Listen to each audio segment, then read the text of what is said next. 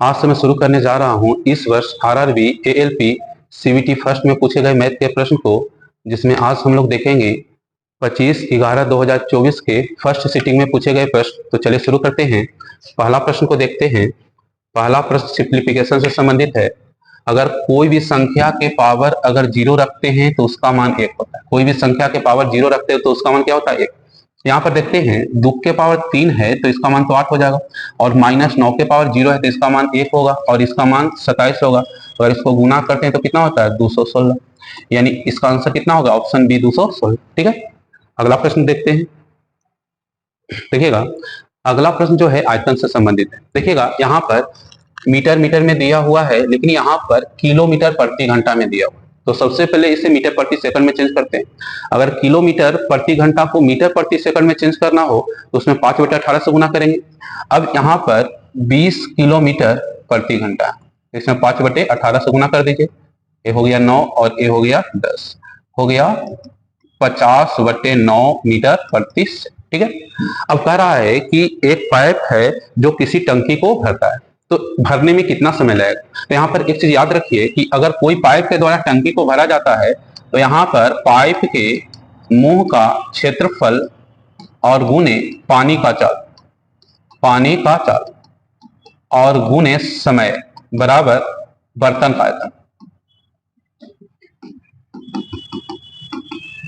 या टंकी का आयतन, ये होता है। ठीक है ना। अब पाइप के मुंह का क्षेत्रफल, तो यहाँ पर देखिएगा पाइप जो है वह आयत के आकार का है। कैसा है? आयत के आकार का है। इसका मुंह का लंबाई है 1.5 मीटर और चौड़ाई है 1.25 मीटर। तो इसको क्या लिख सकते हैं? 1.5 को लिखते हैं 15/10, और 1.25 को लिख सकते हैं 125/100, और पानी का चाल आया है 50/9, और टाइम हम टी लिख लेते हैं। अब बर्तन के लंबाई जो है या टंकी का लंबाई है 200 मीटर और चौड़ाई है 150 मीटर। यहाँ पर क्या लिखते हैं? 200 × 150, और टंकी में पानी बढ़ना है 2 मीटर। ठीक है, हमको टी का मान ज्ञात करना है, और टी का यहाँ पर सेकंड में आंसर आ जाएगा, और बाद में हम लोग इसको मिनट में चेंज कर लेंगे। यहाँ पर टी बराबर क्या हो जाएगा? तो 200 × 150 × 2 और गुने यहाँ पर कर दीजिए 10 × 100 × 9, और बटा कर दीजिए 15 × 125 × 50। ठीक है, अब इसको निपटिए। यहाँ पर 10 से कटेगा, यहाँ 0 से कट गया, और 5 दूनी 10 कट गया, 25 चौके 100 और 25 बचे और 40, यानी लास्ट में कितना सेकंड आ गया? तो 40 × 2 × 2 × 4 × 9, इतना सेकंड आया। क्योंकि हमको मिनट में बदलना है, और 1 मिनट में 60 सेकंड होता है, तो इसमें अगर 60 से भाग दे देते हैं तो जो संख्या आएगा उतना ही मिनट आंसर आ जाएगा। तो भाग दे दीजिए, 0 से 0 कट गया, 3 कट गया, और कितना आ गया? 3। ठीक है, यहाँ पर 4 चौके 16 और 16 छक 96, यानी वह टंकी जो है उस टंकी में पानी का स्तर 2 मीटर 96 मिनट में बढ़ जाएगा। ठीक है, कितना आंसर आएगा? 96 मिनट। ठीक है, अगला प्रश्न देखते हैं। अगला प्रश्न जो है बहुत ही अच्छा प्रश्न है। क्वेश्चन कह रहा है कि 3 अंकों की एक संख्या है जिसका इकाई स्थान पर 2, दहाई स्थान पर 3 और सैकड़ा स्थान पर 4 अनुपात में। ठीक है, तो यहाँ पर 2 है, ठीक है, 3 है, और क्या है? 4 है। ठीक है ना। मान लीजिए अनुपात में x ले लेते हैं। देखिएगा, ये जोड़ घटाव गुना भाग वाला अनुपात नहीं है, ये संख्या दिया हुआ 3 अंकों के उसका अनुपात। अब करें इसके अंकों को पलट दीजिए, यहाँ पर 4 हो जाएगा, यहाँ पर हो जाएगा आपका 3, और यहाँ पर क्या हो जाएगा? 2। इसमें भी x ले लीजिए, कोई दिक्कत नहीं है। अब इसको जोड़िए तो क्या हो जाएगा? 6x और 6x, और इसका योगफल कितना दिया हुआ है? 1332। इसका योगफल कितना दिया? 1332। अब यहाँ पर 6 6 6, तो यहाँ पर x की जगह क्या हो जाएगा? और बटे 666 के बार में कट जाएगा 2, यानी प्रत्येक x का मान कितना होगा? 2। यानी उस संख्या को देखते हैं तो संख्या क्या हो जाएगा? तो इसमें 2 से गुना कीजिए तो 4 दूनी 8, इसमें 2 से गुना कीजिए तो 3 दूनी 6, और इसमें 2 से गुना करेंगे 2 दूनी 4, यानी वह संख्या होगी 864। कितना होगा? 864। अब क्वेश्चन पर आते हैं। क्वेश्चन कह रहा है कि ये संख्या और इसके अंक को पलट दीजिए और दोनों को घटा दीजिए, वही आपका आंसर होगा। तो इसको पलटिए, तो फिर से पलटिए, 4 6 और 8, इसको घटाइए, ये हो गया 6, ये हो गया 9 और ये हो गया 3, यानी संख्या और उसके अंकों को पलटने पर आंसर क्या आ गया 396। ऑप्शन देखते हैं 396, ऑप्शन नंबर 4, यानी इसका आंसर क्या हो जाएगा 396। ठीक है, ये नंबर सिस्टम का प्रश्न। चलिए अगला प्रश्न देखते हैं। देखिएगा चौथा नंबर प्रश्न है, क्वेश्चन कह रहा है कि एक व्यक्ति जो कमा रहा है उसमें से 20% वह भुला दे रहा है। समझिए कि एक व्यक्ति 100 रुपया कमा रहा है और 20 रुपया भुला दे रहा है तो 80 रुपया बच रहा है। अब कह रहा है कि जो बच रहा है उसका 25% खर्च कर रहा है, यानी 100 में 25 खर्च कर रहा है तो 75 बचा रहा होगा, यानी एक बच रहा है उसका 75% वह बचा रहा है।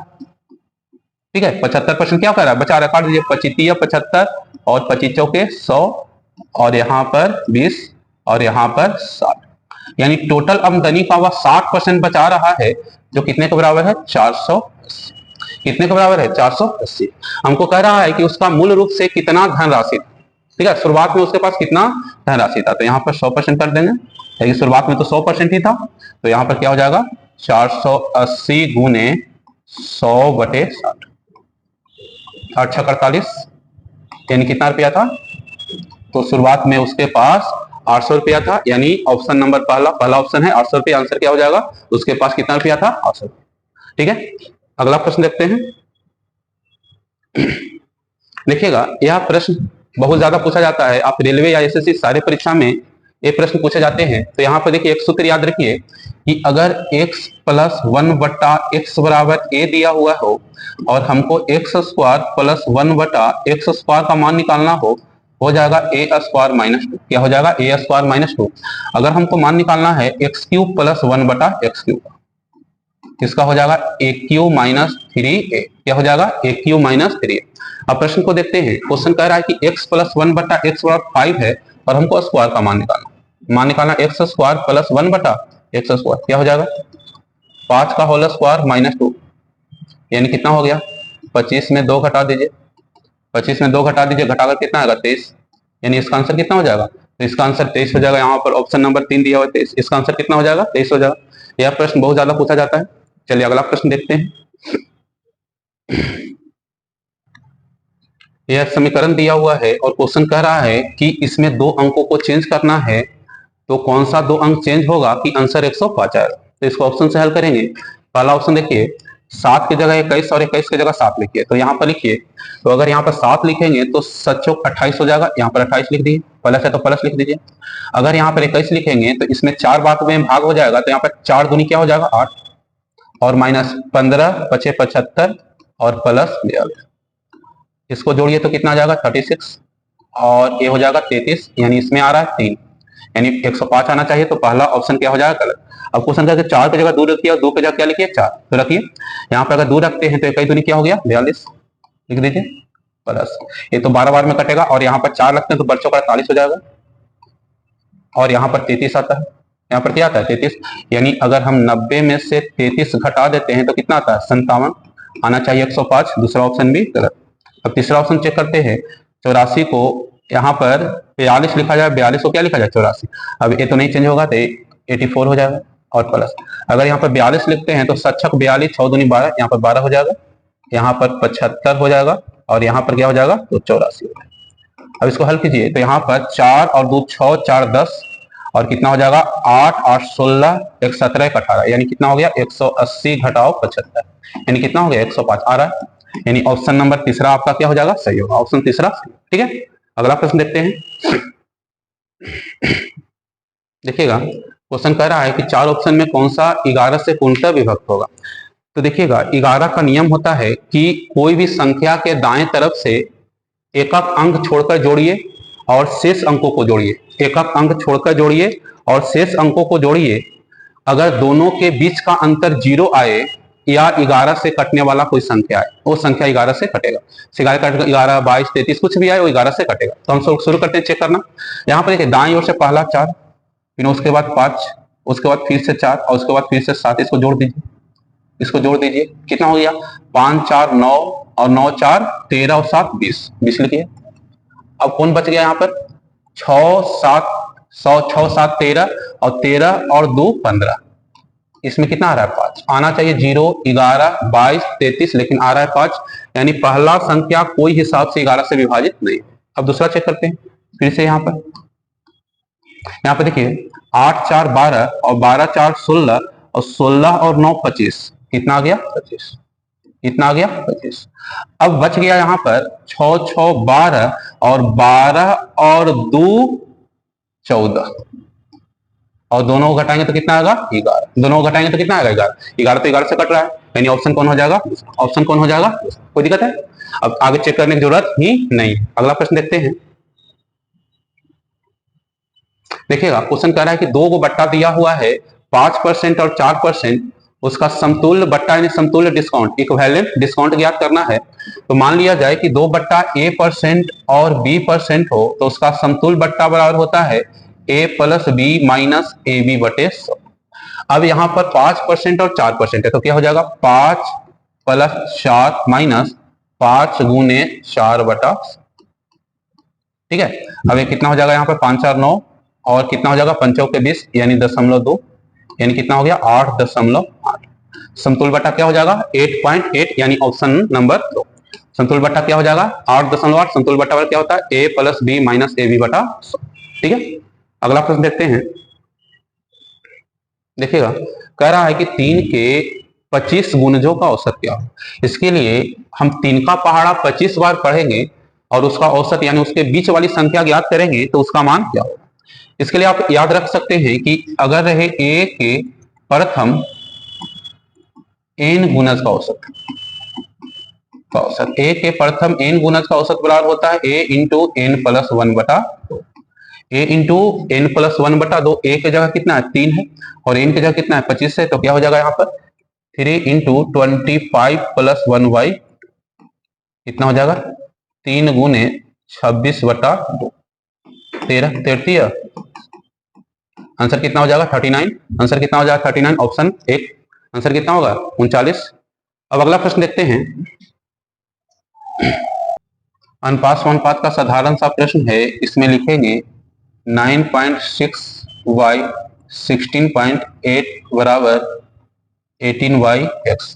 एक अंक के बाद दशमलव तो उसको हटा देते हैं, तो x बराबर कितना हो जाएगा 18 गुने 168 बटे 96, कट जाएगा यहाँ पर 34 18 16 छक 96, यहाँ पर 2 और यहाँ पर 21, यानी यहाँ पर कितना हो जाएगा यहाँ पर 63 बटे 2, यानी 31.5।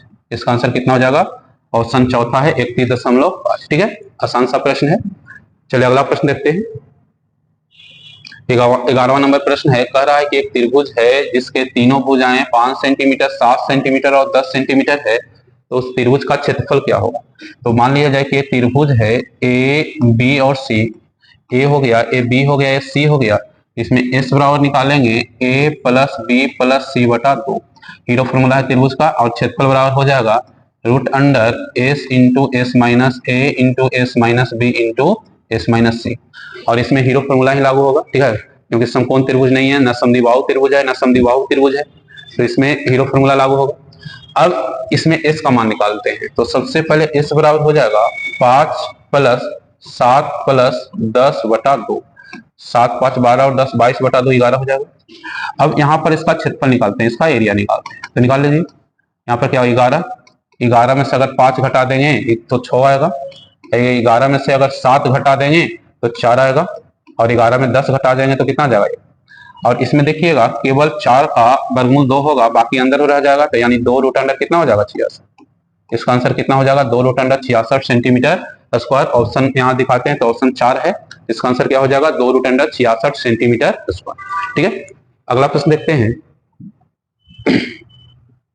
देखिएगा क्वेश्चन कह रहा है कि एक व्यक्ति 1 रुपया में 3 के दर से और 1 रुपया में 2 के दर से समान संख्या में संतरा खरीदा, और क्वेश्चन कह रहा है कि यानी संतरे की संख्या एक समान है, ठीक है ना, और कह रहा है यहाँ पर कि 20% लाभ अर्जित करने के लिए क्वेश्चन कह रहा है कि प्रति दर्जन कितने रुपये में संतरा को बेचना चाहिए। यहाँ पर देखिएगा, यहाँ पर कह रहा है कि 1 रुपया में 3 संतरा खरीद रहा है और 1 रुपया में यहाँ पर 2 संतरा खरीद रहा है। ये दोनों का एलसीएम 6 होगा। एलसीएम क्या हो जाएगा 6। अगर यहाँ पर 6 में 3 से भाग देते हैं तो 2, और यहाँ पर 6 में 2 से भाग देते हैं तो क्या हो गया, ठीक है 3। अब ये दोनों में गुना कर दीजिए, तो यहाँ पर 2 रुपया में ₹2 में कितना संतरा मिल रहा है, तो ₹2 में 6 संतरा मिल रहा है।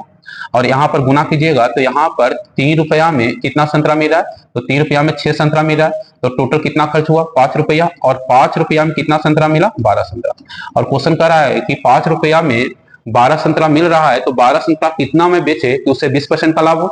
अब 20% का लाभ कह रहा है, तो 5 का 20 पर विक्रय मूल्य निकालते हैं, 120/100, ठीक है, काट दीजिए, और दूसरे काट दीजिए, 600 काट दीजिए। यानी वह ₹6 में के संतरा बिकेगा, तो ₹6 में 12 संतरा बेचेगा तो कितना लाभ होगा, 20%।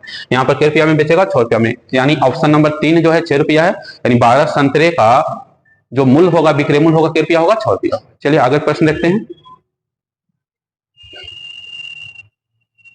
देखिएगा, क्वेश्चन कह रहा है कि दो संख्याओं का HCF और LCM 7 और 245 है, तो दोनों संख्याओं का गुणनफल क्या होगा। आप लोग बचपन से ही पढ़े होंगे कि पहली संख्या गुने दूसरी संख्या बराबर होता है HCF गुने LCM, और इसमें ही दिया हुआ है दोनों का गुणनफल पूछ रहा है, तो कितना है 7 गुने 245। अब गुना कर दीजिए, जनरली 5 हो गया, 7 28, 31 हो गया, 7 दूनी 14, 1715। आंसर कितना हो गया, 1715, पहला ऑप्शन, ठीक है। यानी एक संख्या गुने दूसरी संख्या बराबर क्या होता है, LCM गुने HCF, ठीक है। अगला प्रश्न देखते हैं। देखिएगा, क्वेश्चन कह रहा है ये चक्रवृद्धि ब्याज से संबंधित है, वार्षिक रूप से संयोजित हो रहा है, 2 वर्ष में प्रत्येक वर्ष 4% बढ़ रहा है, तो टोटल कितना बढ़ जाएगा, तो 4 प्लस 4 गुने 4/100, यानी टोटल इधर 8 और प्लस 0.16, यानी 8.16 रुपया क्या हो जाएगा, बढ़ जाएगा। अब क्वेश्चन कह रहा है यहाँ पर कि चक्रवृद्धि ब्याज क्या होगा, तो यहाँ पर डायरेक्ट गुना कर दीजिए, 11,000 में 8.16% गुना कर दीजिए, कोई दिक्कत ही नहीं है, गुना कर दीजिए, 0 आ जाएगा, ठीक है। 6, 7, 9, 8, और यहाँ दशमलव बैठा दीजिए, 897.6 रुपया कितना हो जाएगा, 897.6 रुपया, ऑप्शन नंबर 2, ठीक है। चक्रवृद्धि ब्याज में ब्याज पर ही ब्याज लगता है, तो पहला वर्ष 4%, अगला वर्ष 4%, टोटल 8% हो गया, और पहला वर्ष जो 4% लगा उस पर भी 4% लगेगा, यानी 1.6% और लग गया, यानी कितना हो गया 8.16%, यानी मूलधन का 8.16%, यानी 897.6 रुपया, ठीक है। अगला प्रश्न देखते हैं।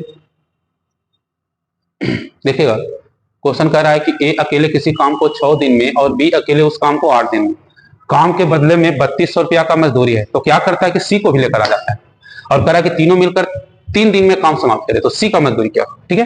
अब 3 दिन तक ए काम कर रहा है, तो ए का मजदूरी 3 दिन में मिलेगा, तो 3/6, यानी कुल मजदूरी का आधा हिस्सा ए को मिल जा रहा है। बी 8 दिन काम कर रहा है, तो बी का मजदूरी 3 दिन का मिलेगा ना, 8 दिन में अकेले काम कर रहा है, तो बी का मजदूरी 3/8।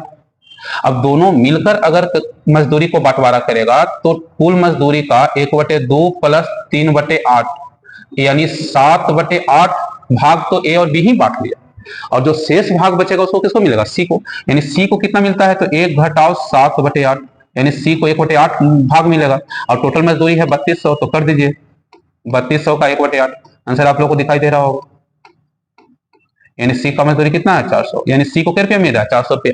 यहाँ पर देख लीजिए, ऑप्शन है तीसरा 400, आंसर कितना हो जाएगा 400, ठीक है। अगला प्रश्न देखते हैं, 16 नंबर प्रश्न देखते हैं। देखिएगा, यह औसत चाल निकालना, जिसमें कह रहा है कि 1 2 3 4 एक समान दूरी, ठीक है, और वह प्रत्येक दूरी 3 किलोमीटर का, तो हम एक 3 किलोमीटर का उपयोग नहीं करते हैं, 3 किलोमीटर का उपयोग नहीं करते, एक नया तरीका देखें आप। यहाँ पर देखिए 10 है, 20 है, 30 है और 60 है, इसका क्या ले लेते हैं, एलसीएम, एलसीएम हो गया 60। अब हम प्रत्येक दूरी 3 किलोमीटर की जगह 60 किलोमीटर मान लेते हैं। अब समझिए, यहाँ पर लिख दीजिए दूरी, यहाँ पर लिख दीजिए चाल, और यहाँ पर लिख दीजिए समय। अब ये 60 है और 10 किलोमीटर पर घंटे की रफ्तार से तय कर रहा है, तो समय कितना लगेगा, 60/10 यानी 6 घंटा। उसी तरह 60 है, तय कर रहा है 20, तो समय कितना लगेगा, तो समय लगेगा 60/20 3 घंटा। 60 है 30, तो समय कितना लगेगा 60/30 यानी 2 घंटा। 60 है और तय कर रहा है 60 किलोमीटर पर घंटा, तो समय 60/60 यानी 1 घंटा। अब टोटल दूरी देखते हैं, तो टोटल दूरी हो जाता है 240 किलोमीटर। टोटल दूरी कितना हो जाता है 240 किलोमीटर। और समय यहाँ पर देखते हैं, तो 6 3 9 2 11 और 1 12, समय कितना घंटा लगता है 12 घंटा, और दूरी कितना है 140 किलोमीटर। और चाल बराबर होता है दूरी बटे समय, चाल बराबर होता है दूरी बटे समय, तो चाल हो गया 240/12, और 12 20 किलोमीटर पर घंटा। आंसर क्या हो जाएगा? 20 किलोमीटर प्रति घंटा। इसका औसत चाल क्या होगा? 20 किलोमीटर पर घंटा। इसका उपयोग नहीं करते, इसका उपयोग करेंगे तो क्वेश्चन बनाने में हमको और टाइम लगेगा। चलिए अगला प्रश्न देखते हैं। 16 नंबर प्रश्न है, 17वां देखते हैं। क्वेश्चन कह रहा है कि एक कक्षा में 50 विद्यार्थी हैं जिसका औसत ऊंचाई 150 सेंटीमीटर, उसमें 5 छात्र चला गया, तो 5 छात्र को निकाल दीजिए। इसका औसत ऊंचाई 146 था, उसके जगह 5 नया छात्र आ गया, तो 5 नया छात्र को लाइए, इसका औसत ऊंचाई 156 था। अब कह रहा है कि अब जो है 50 से विद्यार्थी आएगा, उसका औसत ऊंचाई क्या होगा? देखिएगा, तो इसको डायरेक्ट गुना कीजिएगा तो थोड़ा सा टाइम तो लगेगा। हम क्या करते हैं कि इसको काट देते हैं, तो 10 हो गया, एक जा रहा है, फिर एक आ रहा है, इसको ये मान लेते हैं, ये जा रहा है। तो अगर हम 150 में 10 से गुना करते हैं तो क्या आता है? 1500। यहाँ पर माइनस 146 और यहाँ पर प्लस 156। अगर इसको देखते हैं तो आता है प्लस 10। कितना आता है? प्लस 10। अब यहाँ पर 10 है और यहाँ पर आ गया है 1510। तब इसका औसत निकालना है। औसत हो जाएगा 1510/10 यानी 151। कितना गया है? 151। अब उसका औसत ऊंचाई कितना होगा? 151 यानी ऑप्शन 2। ठीक है, अगला प्रश्न देखते हैं। देखिएगा, कह रहा है कि अनिल अपने आय का 40% किराए और शेष का 40% दवा पर खर्च करता है और महीने में इतना। बहुत आसान क्वेश्चन है, ठीक है ना। वह 100 रुपया बचाता है। अभी एक होने वाला क्वेश्चन था, वही पर क्वेश्चन ये भी है। 40% खर्च किया, अब 60% बचाया। अभी 60 का भी 40% खर्च कर दे रहा है तो फिर 60% बचाएगा। टोटल का बचत कितना परसेंट हो गया? तो 36% बचत हो गया। और ये 36% बराबर कितना दिया है? 7200। कोई दिक्कत नहीं है। तो यहाँ पर कुल राशि अगर पूछे तो 100% का कितना हो गया? तो 7200 गुने 100/36। अब दिखाई दे रहा है आंसर, यानी उसका कुल आय कितना अगर देखा जाए तो कितना हो जाएगा? 20,000। उसका कुल आय कितना हो जाएगा? 20,000। पहला ऑप्शन, ठीक है, कोई दिक्कत। अगला प्रश्न देखते हैं। देखिएगा 19वां नंबर प्रश्न है। कह रहा है यहाँ पे देखिएगा, अगर वास्तविक दूरी और काल्पनिक दूरी से संबंधित है तो वास्तविक दूरी बटे काल्पनिक दूरी लिखेंगे। वास्तविक दूरी और बटे काल्पनिक दूरी लिखेंगे। काल्पनिक दूरी लिखेंगे। यहाँ पर देखिएगा, ऊंचाई हो जाएगा वास्तविक दूरी और छाया होगा काल्पनिक दूरी। अब 6 फीट लंबे व्यक्ति का छाया है 4 फीट। अब कह रहा है कि एक बंगला 36 फीट के छाया बनाता है। बंगला कितना फीट का छाया बनाया? 36 फीट। तो उसका ऊंचाई क्या करना है? के बार में लग जाएगा 9, तो एक बार कितना हो गया? 9 6 का 54, यानी वह बंगला का ऊंचाई क्या फीट होगा? 54 फीट, यानी दूसरा ऑप्शन। कोई दिक्कत। अगला प्रश्न देखते हैं, 20वां नंबर प्रश्न। देखिएगा, ज्योमेट्री का क्वेश्चन है। यहाँ पर देखिए, यहाँ पर एक कोण और एक कोण का योगफल 180 डिग्री होता है ना। कोई समानांतर रेखा को कोई तिर्यक छेदी रेखा काटे तो एक कोण आपस में बराबर होता है।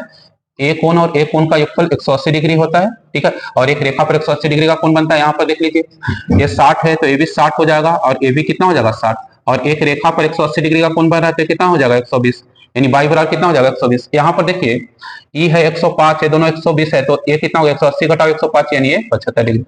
ये कितना डिग्री हो गया? 75 डिग्री। अब क्वेश्चन कह रहा है कि x प्लस 2y, x हो गया 75 और 2y, y बराबर 120, तो 12 दूनी 24, 240। कितना हो गया? 240। अगर दोनों को जोड़ते हैं तो कितना हो जाएगा? 315 डिग्री। कितना डिग्री होगा? 315 डिग्री। ऑप्शन मिलाते हैं, तीसरा ऑप्शन है 315 डिग्री। इसका आंसर क्या हो जाएगा? 315 डिग्री।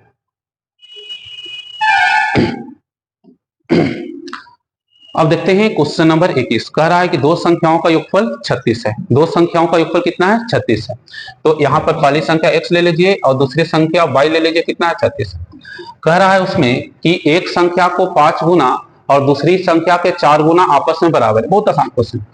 5x बराबर 4y, तो यहाँ पर x बटे y बराबर क्या हो जाएगा? 4/5। अगर x का मान निकालना है तो क्या हो जाएगा? 4/9 गुने 36। कोई दिक्कत? 9 चौके 36, 4 चौके 16। अगर यहाँ पर y का मान निकालना है तो 5 गुने 4 5 चौके 20।